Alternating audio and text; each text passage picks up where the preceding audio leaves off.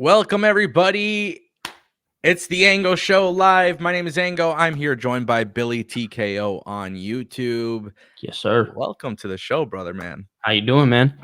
I'm good. Guys, today we're talking about AEW World's End, the pay-per-view that's going live from the Nassau Coliseum Saturday. I don't know the date. What is that? The 30th? The 30th. 30th, yeah. Yep. So AEW World's End is happening this weekend. I want to do a prediction show. A lot of great things to talk about. Obviously, at the time of this recording, we haven't watched Rampage and we haven't watched Collision. I don't know if there is a Collision this week. I think they may have canceled Collision. I was about to say because it's a Saturday pay-per-view. Yeah, I could be wrong on that, but nonetheless, it looks like the full card is out. I want to talk about this. Hopefully, everybody's having a great day. If you guys want to support the channel, if you guys want to help grow the channel, feel free to consider dropping a super chat or a donation on ango.live. Obviously, it is appreciated. All the money that's made from this goes back into this. Really big thing, obviously, with World's End is there's a massive storyline with the Devil. You may have seen the thumbnail. Billy, I don't want to waste any time. I want to jump right into this. The Devil storyline, MJF and Samoa Joe. Very likely this is going to be the main event for the pay-per-view. So let's talk about it. Let's do it. MJF versus Samoa Joe. How do you see it going down? I see MJF winning, but I think that obviously they're going to unveil the Devil. I definitely do. I think that we don't live in a world where they do not unveil this person, who it is. I have my thoughts on who it is, and obviously other people feel a little bit different. But I still think MJF walks away with the championship. I really do. Okay. Bring it on. What do you got for me? How do you feel about it? My friends watching this live, maybe you're watching this on demand. If you haven't liked this live stream, click it now because this is where I'm going to ramp it up a little bit. Let's go. MJF cannot walk out of World's End with the championship. Really? You think they're going to hand this thing over to Samoa Joe? I do. In fact, I would go as far as saying that this is not about a championship for the Devil. I think it runs deeper. And I think my prediction is very solid. Samoa Joe walks out as AEW World Champion. And I also believe that Adam Cole is, in fact, the Devil. Obviously, I've had some very interesting theories as time has gone by. I've predicted that Britt Baker is involved, and I still very much believe that Britt Baker is involved. Maybe Britt Baker is, in fact, the Devil, and Adam Cole is one of the masked men, but those two are very much involved in this. And the reality is MJF should not be walking out of World's End as world champion. And by the way, let me just make it very clear. This is not because I don't think MJF is a good or bad world champion. I don't think that's the case. I think the Devil storyline really took an interesting turn when Samoa Joe revealed to be working with the Devil. Why would the Devil help Samoa Joe right before a World Heavyweight Championship match, right? When we know ahead of time that the Devil most likely has been, in our minds, it's kind of been like, okay, that person's the one who's going to verse MJF for the belt. Right. And I don't think that's really what it was. I think this is much deeper. And I think when you look at Adam Cole, I think the whole storytelling between him and MJF has always been intriguing, and this is the way to get there. So I fully predict that Samoa Joe is walking out with the belt.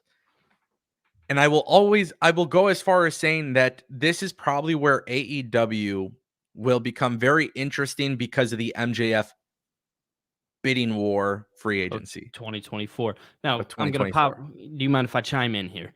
So, in a world where MJF does not win this or doesn't retain this championship, where do you think they go? Do you think they go the Adam Cole route with him? Are they going to feud? Obviously, big time, but what would be the main purpose for the Devil in that realm, I guess?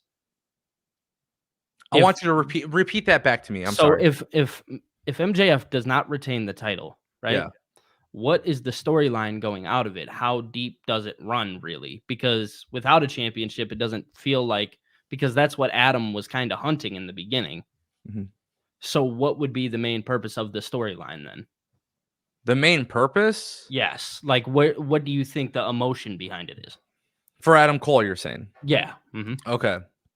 So I think there's a couple different reasons. One, Adam Cole and MJF were both teasing for a while as champions that they were going to turn on each other. Okay. Then I think if you're logical about this, and if you're Tony Khan and you're thinking about how to position this logically, especially if MJF drops the belt, Adam Cole's reasoning is because maybe he watched back an episode of Dynamite or whatever the hell it was when MJF was teasing the turn on Adam Cole.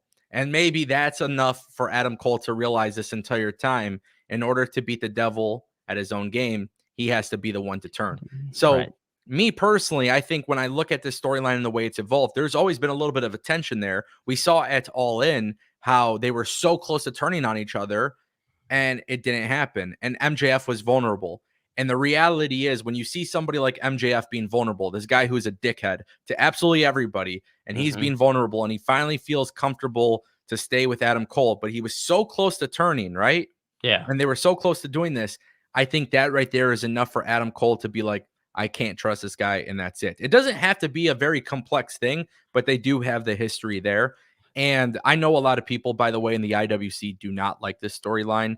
I've said Which this I don't get. I don't get why people don't like this story. Now, I understand it, right? Because of this past Wednesday when the henchmen beat him for the Ring of Honor World Tag Team titles. I'm like, okay, I get that. It was like these almost like vacated people that they just pin the world champion.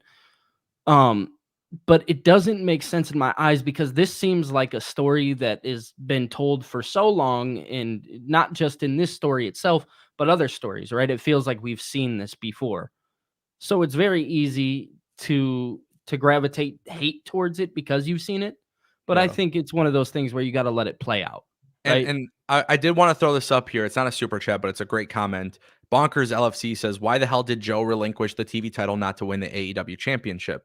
Now, as much as I think that Samoa Joe dropping the ROH TV championship was dumb, it does make a lot of sense for that to be a key part of the story as to why he's working with the devil. Right. So that right there makes a lot of sense as to why Samoa Joe would work with the devil. And it would make a lot of sense as to why the devil being Adam Cole could be a scenario where, hey, it's more than the championship. I treated you as a friend when nobody else was going to. And I've seen behind my back, you were willing to stab me in the back, and yet you didn't do it. But I know that you had the thought, and that's why. Which is enough for me. See, the thing is, if you tie this into the real world, right, you only see what you see with your eyes. You don't know about people talking behind your back and stuff like that. So if you're Adam Cole and you've seen all the times that MJF may have stabbed you in the back, but then they hug it out or whatever. And by the way, Adam Cole is also guilty of doing the same thing. But when you see it happening, it causes a friction in your friendship. And this is one of those real life storylines where it's like, it makes a lot of sense. Now, I do want to throw this out there. I put out a theory about a month or two ago, or whenever the storyline started, and I said it's Britt Baker. And I want to make this very clear. It actually makes a little bit more sense for Britt Baker to be the devil with the kingdom and all these people, Wardlow, all these guys who are with them. And the next chapter of the storyline could be Britt Baker explaining to Adam Cole and trying to recruit Adam Cole into this, and Adam Cole and MJF. Because at this point, MJF doesn't need the belt. Adam Cole and MJF are really good friends. And then eventually Adam Cole turns when he's back from injury. And that's something I really want to stay keen on discussing, because if you're Adam Cole, why would Britt Baker? First of all, Britt Baker's already publicly talked a little bit ill will towards AEW and TV time and promo time, and especially MJF, right? Yeah. She also denied publicly in interviews that she's not the devil. The devil's greatest trick in this world is to make you believe that the devil doesn't exist. If Britt Baker is the one trying to do all of this, and the only person she hasn't convinced is Adam Cole is torn between one group of friends and the other. And this is why Samoa Joe should be walking out with the championship belt, because the reality is that World Championship belt doesn't need the devil storyline anymore. MJF can lose, and at the end of the day, you lean into the devil stuff. Samoa Joe could go on to feud with Swerve and with Danielson and, all of these great talents, Moxley, whatever, with the devil storyline and Britt Baker. And I really, really want to hammer this home. With Britt Baker, Adam Cole, MJF having a storyline, That is a massive storyline. 1000%, it's a massive storyline that gets me to believe that AEW is on the right track because it doesn't require the world championship. And one of the biggest things that I've criticized AEW is they always have some good storylines for the championship belts, but then when it comes to like it just aside from that, it's gone. So there's a lot to work with there, but that is why my pick is Samoa Joe. I don't think it makes sense for Samoa Joe to leave without it. And I think, one thing too that we should consider, truth be told, Adam Cole has history with the Undisputed Era, and he has history with the Kingdom. And I think this could be one of the most incredible factions by bringing back Bobby Fish, Kyle O'Reilly, Matt Taven, Mike Bennett, Roderick Strong, Britt Baker, Adam Cole. But we don't get all of them together just yet. We have to get about a month or so of them trying to convince Adam Cole as to why they did it. And then we'll eventually get that split for Adam Cole and MJF, which, by the way, I predict if Adam Cole is cleared, AEW Revolution, Adam Cole versus MJF, and you don't even need the title on the line. No, and it could I think it could main event that. Just from how good those two work together, I think you could main event another pay-per-view, but this time without a championship. I could see it all day. Yeah. Also, one thing I did want to point out, we did get 2 super chats. Thomas Franco, $1.99. Just want to show some love and happy early New Year. Thank you, Thomas Franco. Appreciate it. Likewise to you. Dwayne Jackson dropping a 10 bomb. MJF makes more sense to retain. Logically, if Adam is healthy by Revolution 2024, Adam Cole should win the AEW championship. Have MJF chase the AEW championship. All depends on if MJF resigns. Now, here's the thing. I have been under the belief that MJF has been re-signed this entire time. Yeah. He denies it. That's completely fine. I have no problem with that. But I do want to say this. I don't think it should be the storyline that AEW chooses to go with. However, the Devil, you can do a storyline where MJF re-signs or works without a contract, just like they did with Cody, right? I'm working AEW without a contract. Yep. You could do that with MJF until Revolution. He could actually beat Adam Cole if they so choose. And then he could announce that he's re-signed with the company. And then he's coming back for his world championship belt that he lost to Samoa Joe. Okay. So I don't think anything I'm saying here is illogical. In fact, I would say I've pretty much mapped it out perfectly. But that's why it doesn't make sense for MJF to retain, because you could play into the cards of, oh, he's working without a contract and, you know, he's going to do his thing. He needs to really get back at the Devil and everything. But don't forget, I'm coming back for the belt. And if you really want, he could win the belt. Whatever. I will say that he's going to come back as a very strong babyface through this. That's one thing that I think that they're going to have going for them, is that MJF is going to be a very strong babyface, almost very like Stone Cold Steve Austin-esque, chasing down the Devil, breaking everything in the back, and you're building a strong babyface there. Yeah. So everybody, we'll see for sure. I'm curious to see how it all pans out.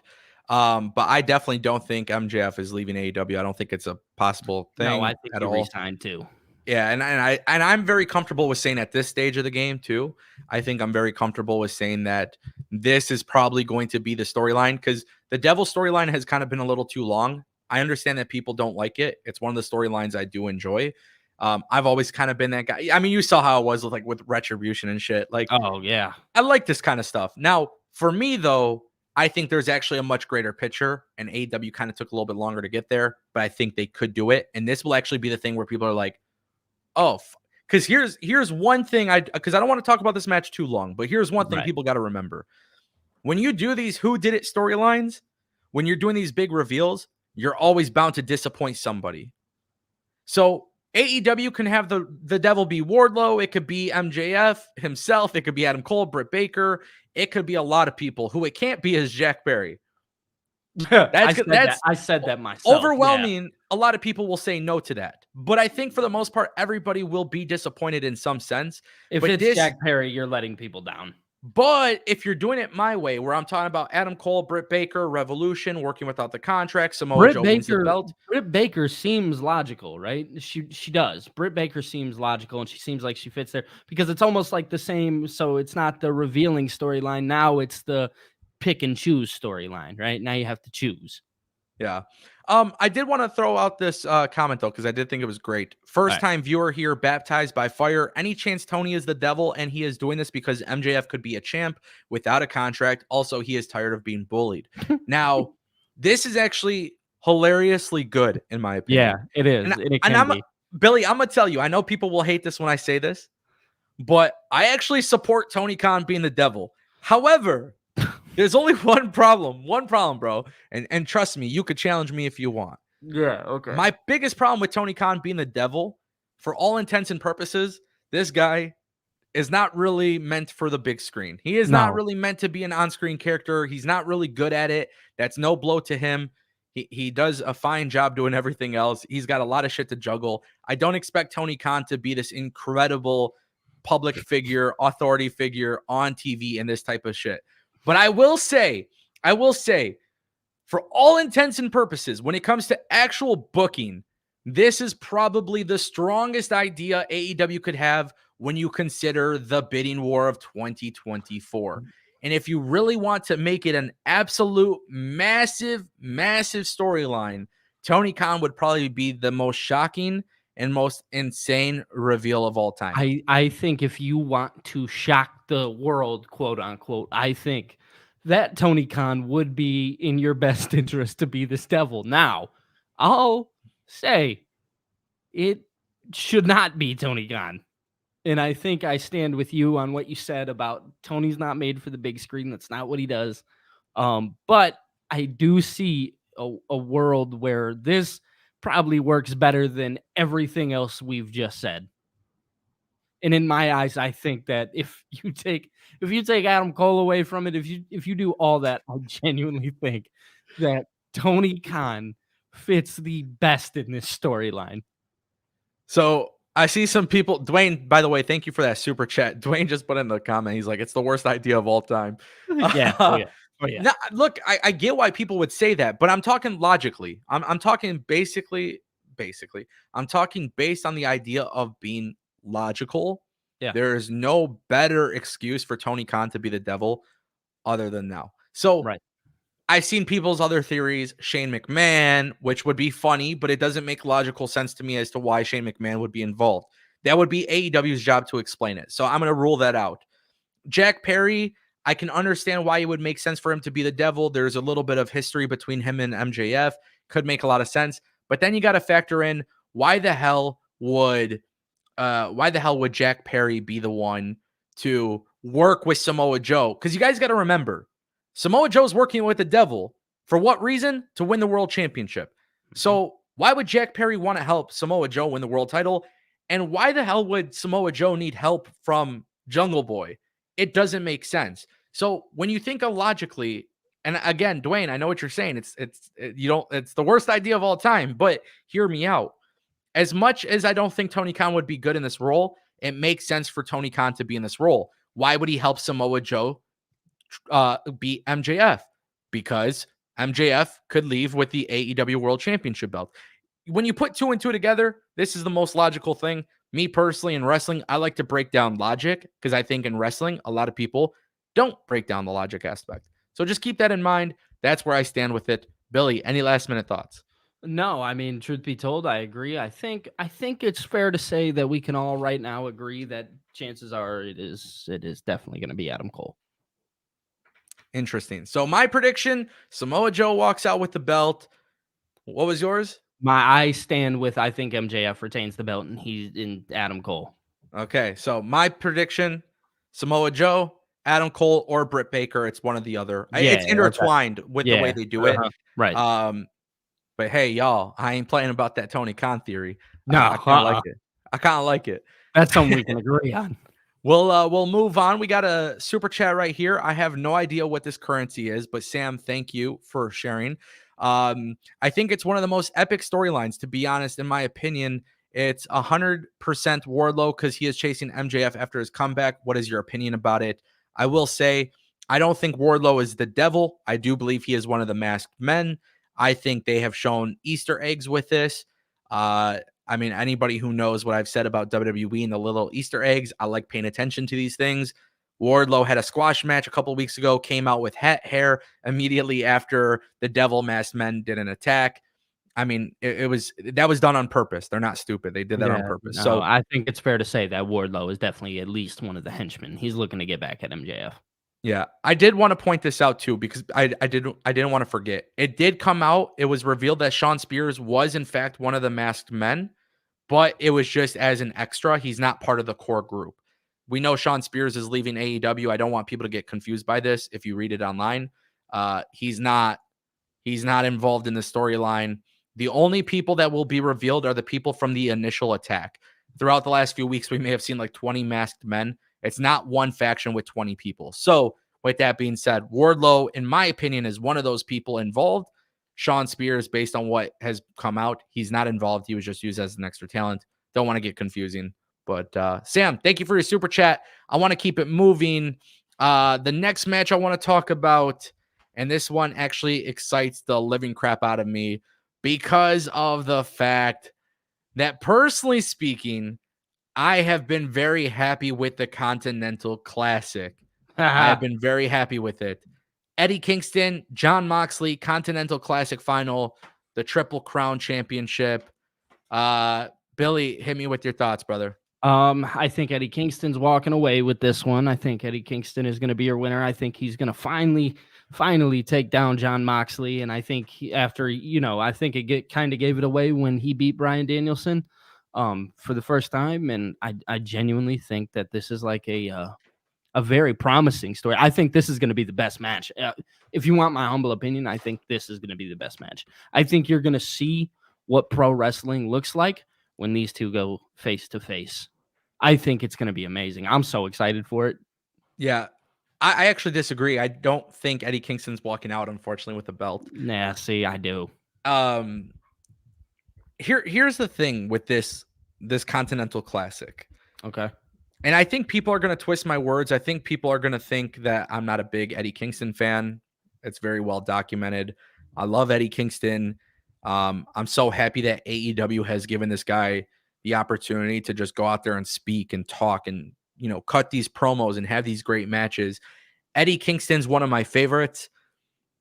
Don't get it twisted. I love this dude. I don't think Eddie Kingston wins, though. And I think the reason why he doesn't win is because I think if you're trying to set the Continental Classic as the big deal, I think Jon Moxley, from a notoriety standpoint, he stands out a lot larger than Eddie Kingston, personally speaking. However, I do want to point this out too before I let you chime in. Yeah. I think if Jon Moxley, because you got to remember, this person's going to go to Japan as well. Yeah. Jon Moxley could always win the championship at this pay-per-view World's End. You can always have them do a rematch at Wrestle Kingdom.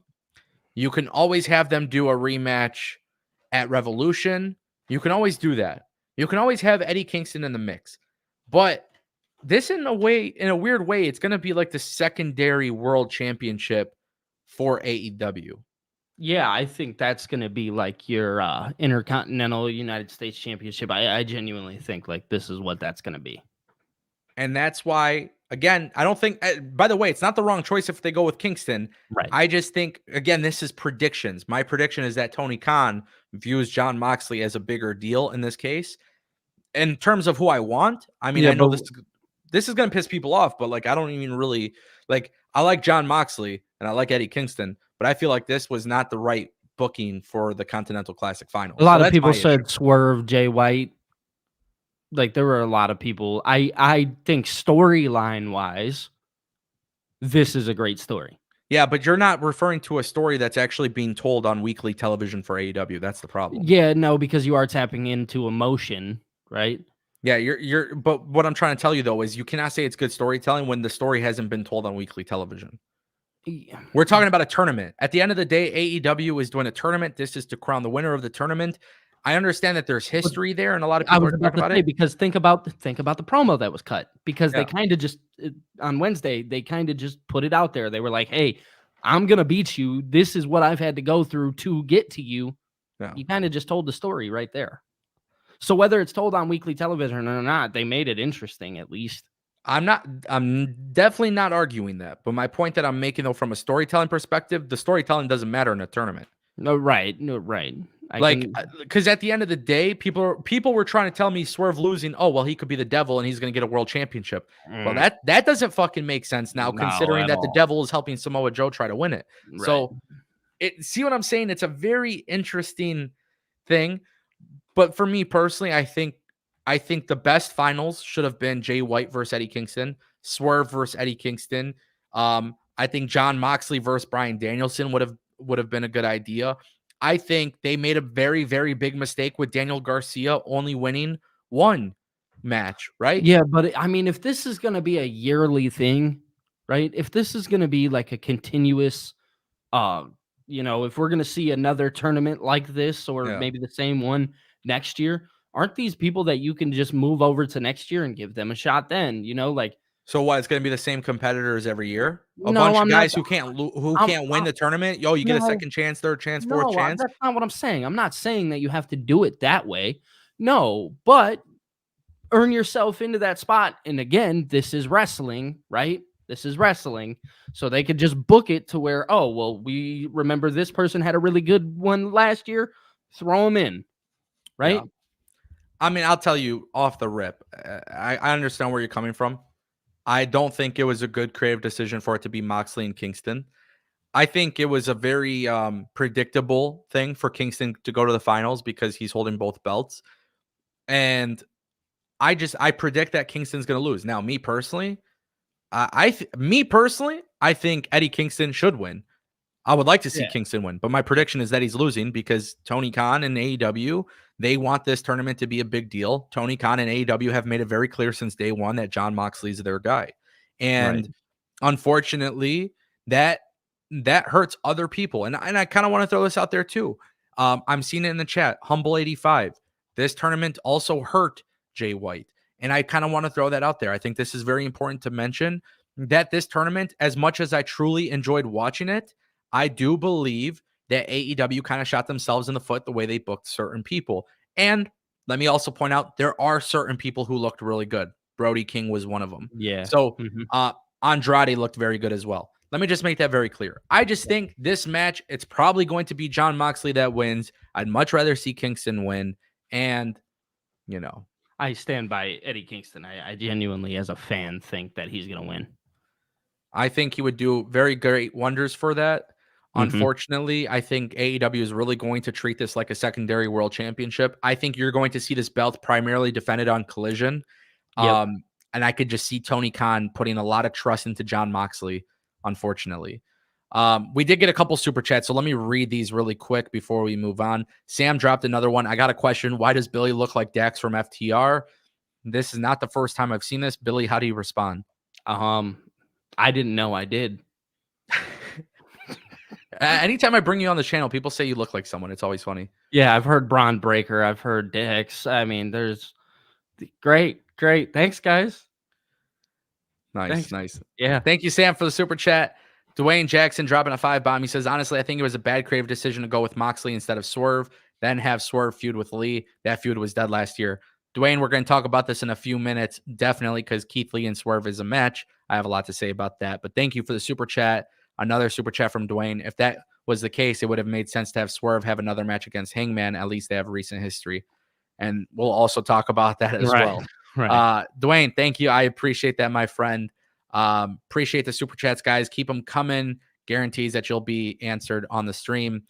So my prediction was Jon Moxley. Billy says Eddie Kingston. But that does turn into the Swerve and Keith Lee conversation. I do want to talk to you about Swerve and Keith Lee for a variety of reasons. Yeah, this was with that one. This is a storyline where I've seen Tony Khan defend this through and through. And me personally, I'm very, very, very disappointed in the direction that they've gone with this particular storyline, because the storyline was very good in the beginning. They never had a payoff match. Now it's been over 10 months, 12 months, whatever the fuck it's been. And Tony Khan has finally decided, oh, well, we had to build up Swerve to make this match mean something or whatever. He hasn't really been doing the same with Keith Lee. He has done it on ROH, but not on AEW television. This is my issue with AEW. For those who call me an AEW hater, listen closely. I'm talking to you. This is why I have a very hard time connecting with AEW on a consistent basis, because I can tell you right now that this pay-per-view is probably going to be really fucking awesome. I can genuinely say that World's End is probably going to deliver. There's some really good stories and some good stuff going into this pay-per-view. But then you get Keith Lee and Swerve, and I'm just trying to understand, at what point does Tony Khan believe that Swerve Strickland potentially winning the Continental Classic is actually less of a bigger deal than him going up against Keith Lee with a storyline that has very little momentum? And I have to get that off my chest, because I'm looking at Swerve beat Hangman, go on this really great rampage of just winning and being presented as a fucking total badass, literally one of the biggest G's in wrestling. Like, this dude has this aura, like, fucking give him the world title belt. And then you have him lose the tournament. And I get it, he didn't get pinned and it's logical, cool. But then you have him go up against Keith Lee. And I'm sorry, there's history there. And yes, for the last few weeks, Keith Lee, you know, he says he's going to tear down the brick of the house, you know, Swerve's house. Like, I'm sorry, but this is one of those situations where I'm just slapping my fucking head, because as much as I talk about how AEW is inconsistent with storytelling, when they do storytelling, they're fucking good at it. So I'm watching this and I'm just like, this, I don't think people realize how good Swerve and Keith Lee could be, but now it like doesn't matter at all. So I want to get that off my chest. I think it was very stupid for Keith Lee and Swerve to have this match. There's no heat on this match whatsoever. There's no purpose for this match happening. Tony Khan's comments at the media scrum were absolutely ridiculous, in my opinion. And for that reason, I'm just going to make it very clear. When we talk about that Continental Classic and we talk about all those different options, and I feel like they made a bad decision, this is why I believe Swerve should have gone to the Continental Classic, won the Continental Classic, because it's called momentum. And since 2020, I have been talking about how AEW fails to capitalize off people's momentum when they have it. We saw it with Thunder Rosa. We saw it with Jamie Hayter. We saw it with The Acclaimed. We saw it with Wardlow. We have seen it time and time again with a lot of talent.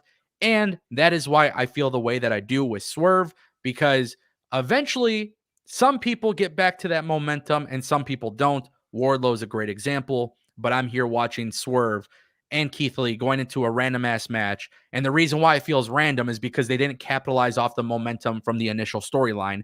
And now this is them not capitalizing off Swerve's momentum from the recent months. So for that reason, my pick for this match, unfortunately, as much as I fucking love Keith Lee, I got to pick Swerve Strickland. And that's it. Like, there's no way. You have to move on from this. Have Swerve move on, do something bigger and better.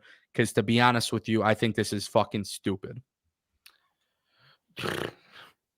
Yeah, that's because it is, right? I mean, I think we can both be real here and say that this it's stupid. It's dumb.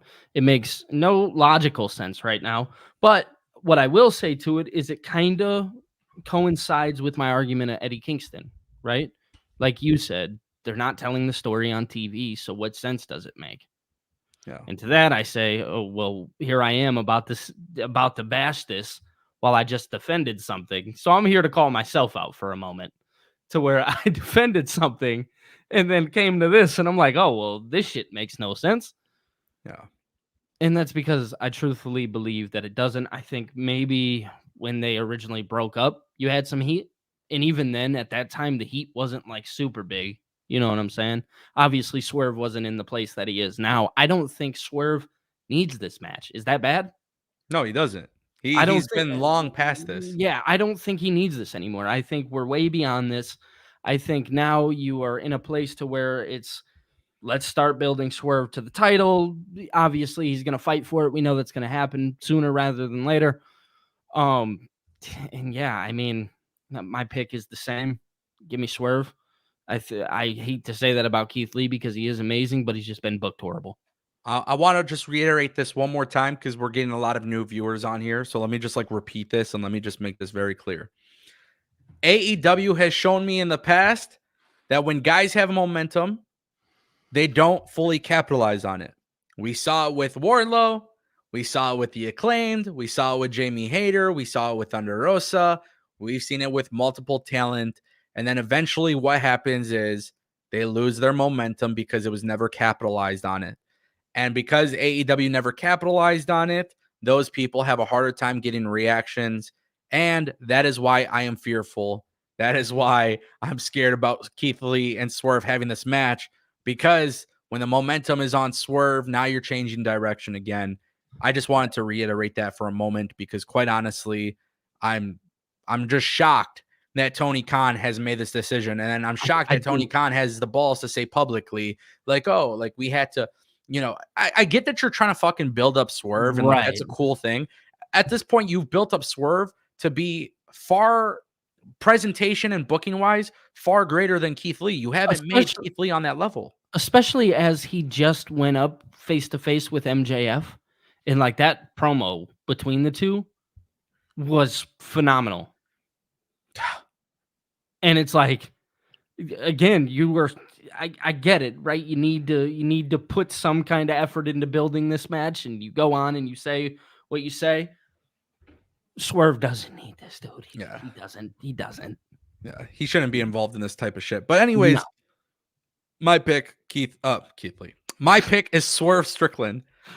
And I'm picking unfortunately, I truly do love Keith Lee, and I'm hoping, and this is not necessarily a prediction, but one thing I would like to see, hopefully, is that this match somehow does something for Keith Lee to just completely skyrocket him.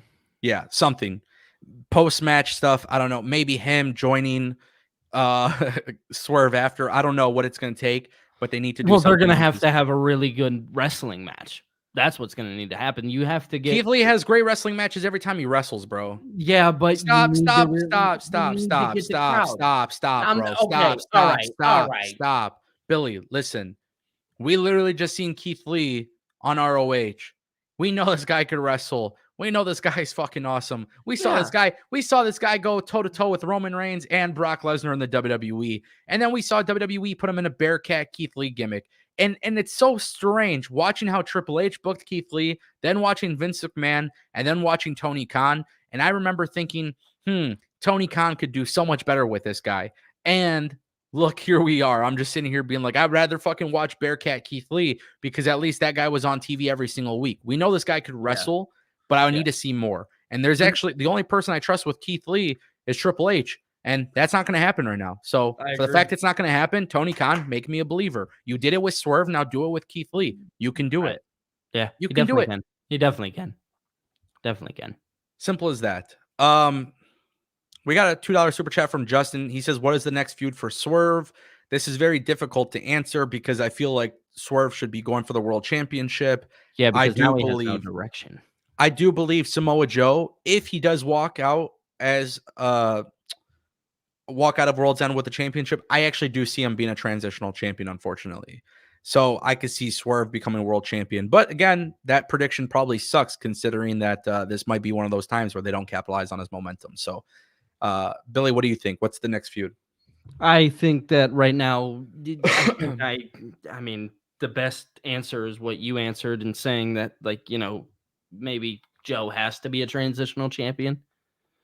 It doesn't have to be a fast transition, by the way. No. You could make a feud out of it, of course. Yeah. So, I mean, if you want to jump into Samoa Joe and Swerve, but other than that, it's like, what's the direction for Swerve? After Keith Lee, what is there? You did the Hangman thing. After Hangman, I thought for sure world championship. So they sold me on the world championship thing. Dude, the match was so good in itself. I was like, oh yeah, it's time for the title. He's a beast, bro. Yeah, he is. But so honestly, I'm so lost. I'll say Samoa Joe or MJF, right? Will be interesting to see how the devil stuff plays out. That's for sure. Right. Justin, thank you for the super chat. I want to keep it moving. The next match I want to discuss, I don't want to spend too much time on this, literally for no other reason than I just personally feel like AEW, I think there's more to come after this. Abaddon versus Julia Hart for the AEW TBS Championship. It's very dark. Yeah, very dark match. I think, first of all, props to AEW. It seems like they're starting to get their women a little bit more TV time.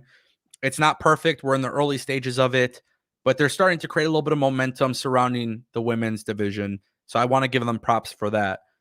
Abaddon probably isn't going to win the TBS championship.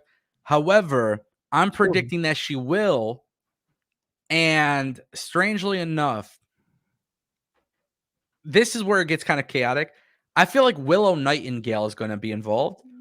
And I'm curious if Willow Nightingale actually turns heel and joins Julia Hart and Sky Blue, or if Willow Nightingale stays babyface and helps Abaddon beat Julia Hart. I don't know. I'm torn with this one, but that's why I don't want to talk too much about it because I'm very conflicted with it.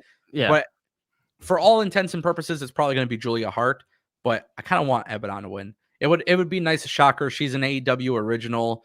Now she's finally on TV after injury and stuff. Yeah. You know. Yeah, no, I'm going to stick with my gut and say Julia Hart.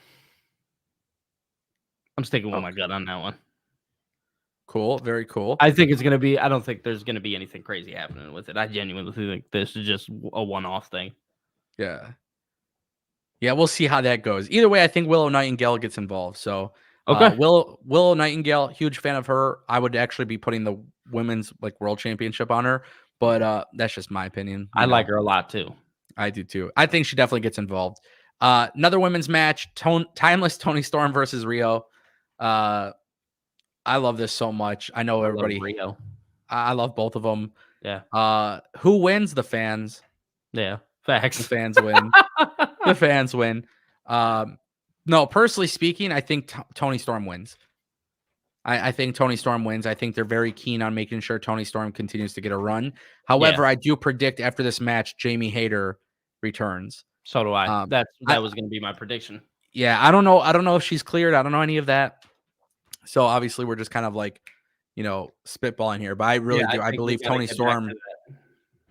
I think they want Toni Storm, Jamie Hayter, and I think they do that very, very soon. Yep, I agree.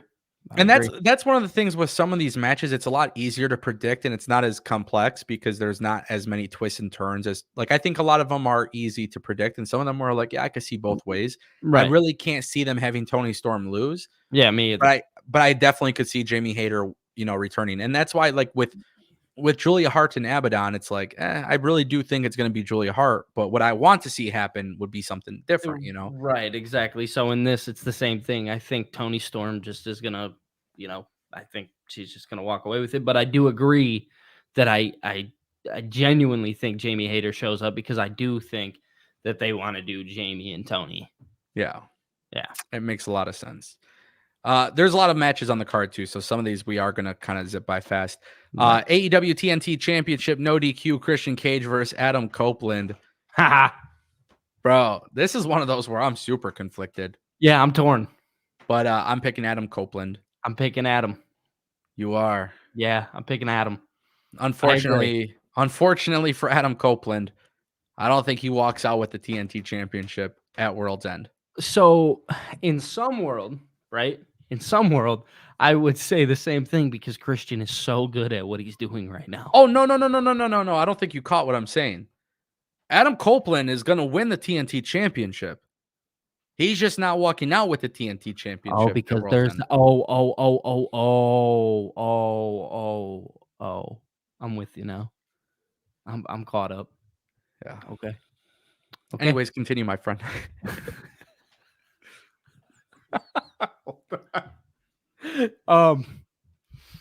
Okay. Well, yeah, I'm sticking with Adam. I'm sticking with Adam winning, although I do think that Christian could, still retain because of the momentum that he has, and he's doing great as a heel with his heel run and now the faction. But I think to let the faction continue and let them become even more heelish is have him lose the belt. Yeah. So bear with me, everybody. Bear with me. Yeah, I didn't know. There's a 20-man TNT Championship Battle Royal earlier in the night on 0 Hour. The winner could cash in on the TNT Championship any place, anywhere, anytime, right? I think whoever wins that match is going to be the new leader of the patriarchy. He's going to be the new leader of Killswitch and Nick Wayne. And Christian Cage will actually ultimately turn babyface. I know it sounds a little crazy and maybe a little bit rushed, but Adam Copeland's going to win the TNT Championship, hard-fought match, and then when Christian Cage realizes that his guys aren't with him ringside or whatever it may be, they end up getting both attacked. And that's how Christian and Adam become best friends again and start tag teaming again. And I think whoever wins the TNT championship is going to actually end up cashing in on. Have they listed who's in? They have not. So it's difficult to say who will be in that match. We don't know. Could it just be Kill Switch who wins? Technically, it could be. Yeah, it could be. It could be that. I mean, it could be. And it's so weird calling him Kill Switch because he's always going to be Luchasaurus to me. Right. But I think whoever wins that championship will end up cashing in on Adam Copeland. And I don't know. I mean, that's why it's very hard to predict this Adam Copeland match, because I think it's easy to say he's going to win. I think it's very difficult to say what happens after. Not that that part necessarily matters in terms of official predictions, but I think Adam Copeland has every reason to go off against Christian Cage. Yeah. And I think they're going to, I mean, look, they got to fix this tag team division. The tag team championship belts aren't even being defended on the card. Adam Copeland, Christian eventually have to tag team. I think Tony Khan's calling an audible. He sees what's happening with the Jericho, Kenny Omega stuff. I think Tony Khan is going to reverse it. And I think the way to do that is by having, Christian somehow gets screwed without his guys there or something. Right. He ends up losing to Adam Copeland because he needed somebody. Adam Copeland gives him a hug after the match and says, the guys that you needed weren't there, but you need me. Hug me and let's tag team and let's go on to become world tag team champions. This dude I don't know.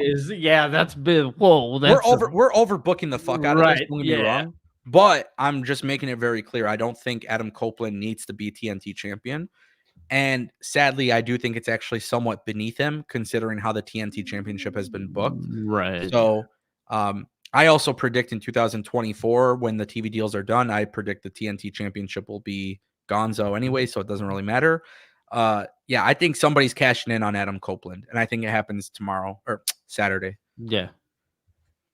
No, so Adam Copeland's my pick. Yeah, it would be tomorrow though. Oh shit, today's Friday. Yeah.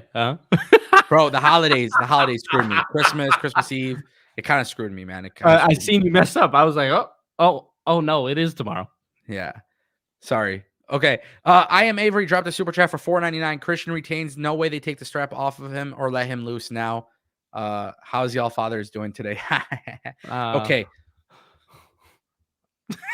I'm not gonna do it. Go ahead. Yeah. We're both in a tricky situation on that one. Yeah, right.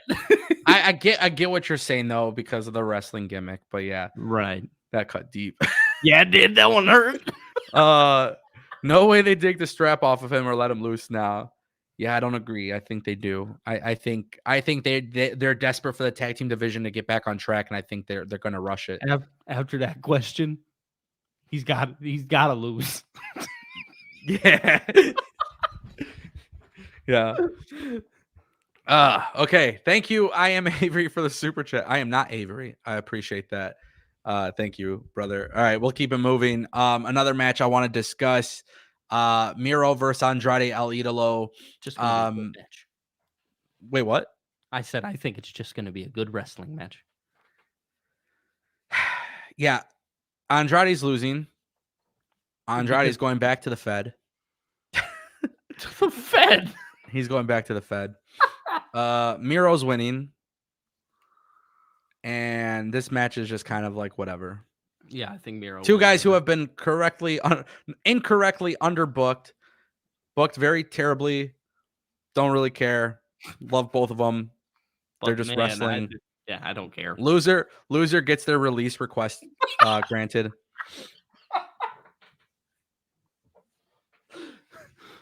I mean, it is what it is. Going back to the Fed. I mean, they both should just draw and go back to WWE because at this point, it's not even worth staying in AEW. But that's just me personally. Yeah, I agree. So yeah, we can pass. Just give me another one. Honestly, I will say Miro's probably just gonna squash the shit out of him. You think he's just gonna squash him? I think so. No, after the Continental Classic and Andrade, like I thought he actually did fucking awesome in the tournament, but I could see AEW just being like, all right, get the fuck out. Just we want you gone. Just get out of here. There's 15 million matches on this card. Yeah, we ain't got time for this. Hurry it up. I could see CJ Perry turning on Andrade, her client. That was my whole thing. Is I think eventually this is just going to lead to Miro and CJ Perry. Yeah. Cool. I'm glad we're on the same page about that. Yeah. Next match, AEW Tag Team Champions Ricky Stark and Big Bill, Konosuke Takeshita, Powerhouse Hobbs versus Chris Jericho, Sammy Guevara, Sting, and Darby Allin.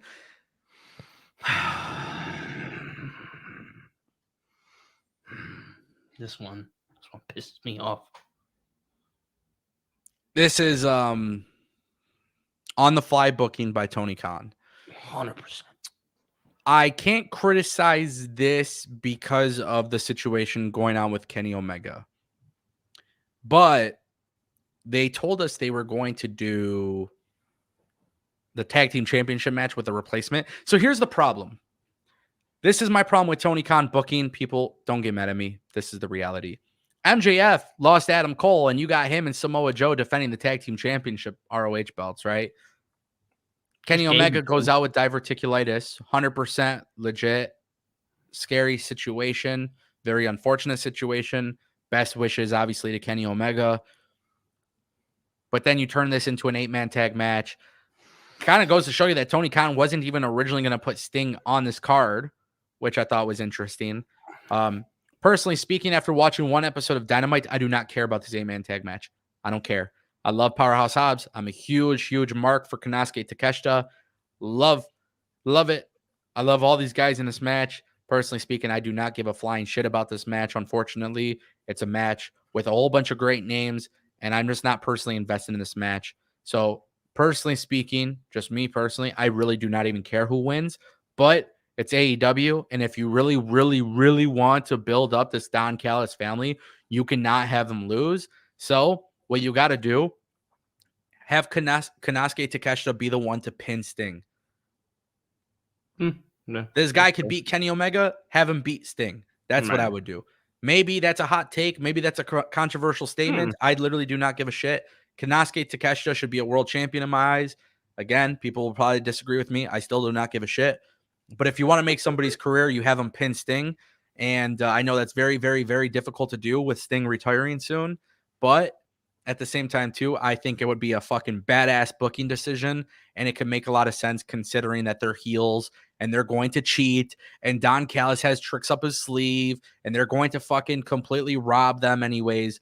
Don Callis family needs to win. I don't know why Starks and Big Bill are on there, but it is what it is. So you want to know what hurts me about this match?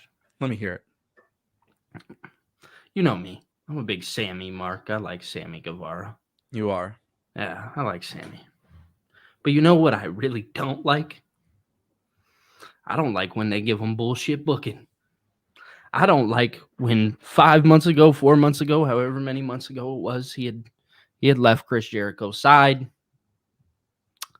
They were no longer going to be working together, and now suddenly they're back together. That shit, in my eyes, makes no sense, and it pisses me off because Sammy, right? Now I'm just defending Sammy at this point. Sammy deserves the one-on-one match with Chris. Everybody's talking about Chris going away and blah, blah, blah, and, you know, maybe we need Chris. No. Chris doesn't go away until the match with Sammy happens. Because somebody who has rode with Chris the whole way through this AEW run is the little man that could behind, right? In Sammy Guevara. So seeing Sammy in this position, having him come out, and he did what he could with the spot, right? On Wednesday, he did what he could. He made it the best that he possibly could, trying to win the fans over after just 4 months ago had the fans turn on him. Yeah. I get it. Absence makes the heart grow fonder, blah, blah, blah, all that shit. But like, number one, I think Sammy works best as a heel. And to see him in this position and not getting that match with Chris, I think this would have been the perfect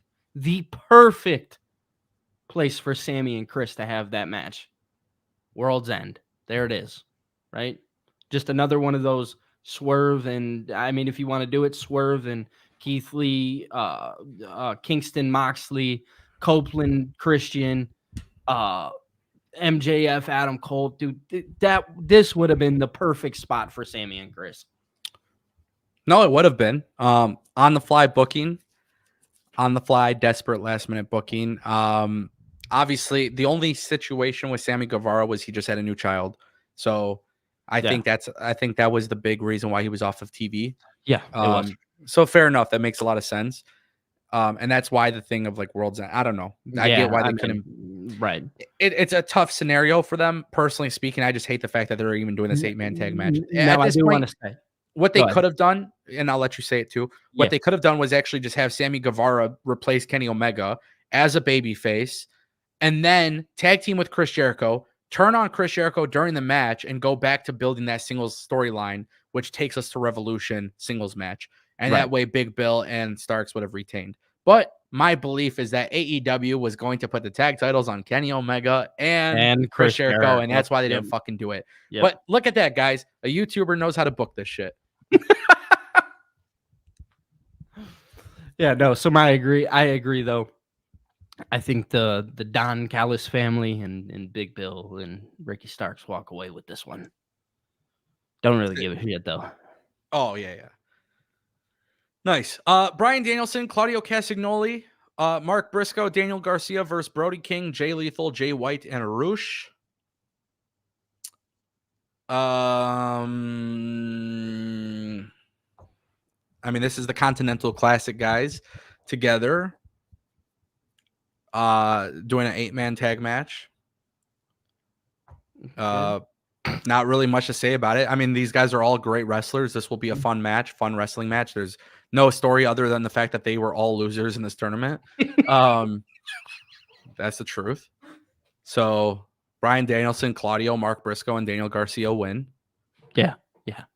I don't think, I mean, I would be shocked if Brody King, Jay Lethal, Jay White, and Roosh won. I do think it is important that they somehow make Jay White look good, because Jay White has not been looking good. I'm very controversial on Twitter when it comes to the booking and presentation and everything of Jay White. Yeah, I was about to say. But I still stand firm on my words. I don't give a fuck. Jay White is he is being positioned as just another guy in this roster, another big signing. He's not just another guy. He's not just another guy, in my opinion. Jay White's the shit. I absolutely love Roosh. I love Jay White. I love Brody King. I like all these guys, right? Yeah. Roosh has been presented very well in recent years. Recent months. Yeah. I think they're going to lose. I think Jay White and Arush should probably start a new storyline or something, and maybe they cause some friction here. I don't know. It'll be interesting to see how they go about it. I could see Bullet Club Gold versus LFI being a really cool storyline. That to me, would be fun. It would be two factions going up against each other. Maybe this match could set that up. Right. Yeah, no, I agree, though. I think Claudio, Danielson, Garcia, I think they walk away with it. It's going to be a fun match, though. Yeah, it will be a lot of fun to watch. If you watch the Continental Classic, you saw great matches. Now you're taking all the losers and putting them in a great match. So it'll be fun to watch. But there's really no purpose of this other than, hey, they got to wrestle each other. Okay, 0 Hour. Yeah. That's time for a 0 Hour 20-man battle royal. We don't know who's in the match. We kind of talked about the winner of this. Well, I said the winner of this match should cash in on Adam Copeland. Yeah. I'm going to be very brief on this because we don't know who's in the match. However, I will say it's got to be somebody who could really make a big splash on TV moving forward. Somebody who could, I guess, carry a faction. I'm puzzled by this because normally I would say, oh, Keith Lee could be the guy, or I would say, so-and-so could be the guy. It could be Daniel Garcia, but these guys are all in different matches. So I don't see anybody working double duty. So I'm not even sure if he's going to be in this match, but I will be very clear here. I don't know his situation with AEW. I don't know when his contract expires or whatever. But the fact that Malachi Black has not been given a match on this card, Malachi Black has not been given a singles championship belt in AEW is crazy to me. I would love nothing more than to watch Adam Copeland and Malachi Black have a feud. So my pick for this match, even though I don't know if he's going to be in there or not, I'm picking Malachi Black, and Malachi Black cashes in immediately with the help of House of Black or the Patriarchy. Maybe they just come up with one big ass faction. I don't know. They do something, and Adam Copeland loses the TNT Championship to Malachi Black. This is one of those fantasy bookings where it's truly fantasy booking. Right. But Malachi Black is my pick, because if you don't fucking have him win anything in the near future, I am just going to lose your mind a little bit. I'm going to cry. Yeah. I mean, I kind of gave my thought. Again, I don't know, but my thought is like Kill Switch coming back, and yeah. It's kind of stupid. They got to introduce something fresh to this TNT Championship picture, because this sucks right now. It does. You know, it's not that Christian Cage and Adam Copeland suck. It's just they got to freshen it up, man. Dude, it's been. You remember when it was flip flopping all over the place? Yeah. Yeah, I mean, that took away from it. You know what I'm saying? Yeah. I will say, expect some surprises here. I would say maybe Sami Callihan. Yeah. I think he's very realistic to be in this match. I think we'll definitely see some debuts. I think we'll see some ROH talent. If I was AEW, if there was any New Japan talent at their disposal, I would do that as well. I don't think that'd be a bad idea. It's on 0 hour. It's completely free. We'll see how that goes. Yeah. The last match. Oh, go ahead. No, I was about to say there is one more match, I thought. Yeah. It's Hook versus Wheeler Yuta. I like this. For the FTW Championship, poor Hook. He's still stuck in the pre-show stuff. Yeah. Love him. Don't really care about this match, but it'll be fun because they'll just throw each other around, submissions, and wrestle, and that'll be really cool. My pick is Hook. My pick's Hook too. I don't know what else to say about this. This is not like there's nothing to it. Jungle Boy returns and faces Hook. You know, I don't know. That's kind of how I see it, though. Oh, Jungle Boy comes back out to his theme song and everything. Oh, no, it's just going to be Hollywood Jack Perry, the worst version of his character ever. That's so funny.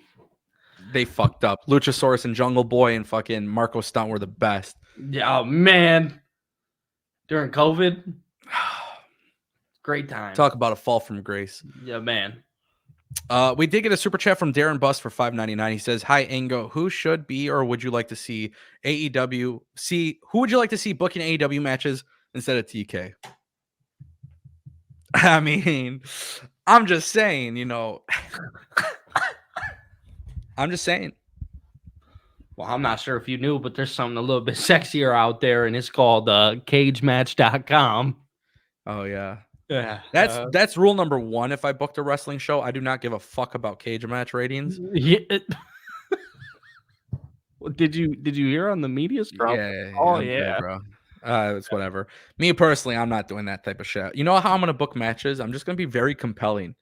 I'm going to be like what everybody hoped Vince Russo would be. I'm going to be everything that, no, listen, dead ass serious. I'm going to be honest. I've talked about this once. I do feel like if people allowed me to write a full storyline in length for 6 months, I feel like I'd be able to write very compelling TV. Now, some people might listen to my fantasy book and be like, ha, ha, ha, ha, ha. There's a very big difference in how I fantasy book and how I would write a show in particular. And I'm not saying I could write a better show than TK.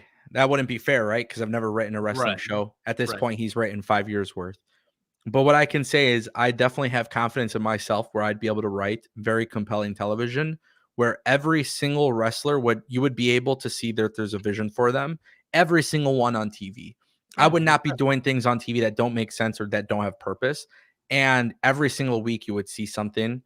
Yeah, I mean, I'm just being honest with you. I think it's inevitable one day I'll probably book a wrestling TV show. And it doesn't matter who it's for, whether it's my own company or someone else's company. I do think one day it just happens. And I think it'll be fucking hilarious when people are like, "Oh, I remember that guy's YouTube videos, and I thought his fantasy booking sucked." Actually, it would be funnier if I was doing it behind the scenes and nobody knew, and then they were like, "Oh my god, this is the greatest wrestling show ever," and then it turns out that I was watching Ango's videos and I hate him. Right. Oh, but that was just like obviously, I'm just being kind of playful, sort of. I do really have Sort of, confidence in kinda. myself, though. I was about to say. Whew. Yeah. I want to see something really quick on here. Trevor said, "Damn it, hire Ango AEW." Yeah. Uh-huh. I mean, I will say I have been talked to from companies in the past, Yeah. Yeah. I've had conversations in the past, but Oh, I know some things. you never know. Maybe one day we'll see. It's got to make a lot of sense. I was trying to figure out how to gift viewers, but for some reason it's not showing me. Oh, let me see. Okay, yeah, it's not showing me. I will have to do it on the next stream, I think. I have to set it up on my system. But anyways, guys, that's AEW World's End. It should be a fun pay-per-view. I'm actually, somewhat excited for it. I think there's some good stuff in there. I think you guys could tell the stuff that we were talking about a lot more in depth. Those are the things we clearly care about more. But and either way, sadly are some things that just it's hard to care about. Yeah, and that's just how it is. Right. That's just how it is. But I appreciate you all coming through. It was fun. I want to do a prediction stream. Billy TKO on YouTube. He's doing wrestling content. You guys can follow him, subscribe to him. I think I should be live after World's End. I don't know for a fact just yet. Got to look at the schedule because we're going into New Year's and stuff. But if I don't see you guys or don't talk to you guys till then, have a happy, healthy, and safe New Year. Happy New Year. Subscribe to Billy. Follow me on X. And with that being said, we will see you guys next time.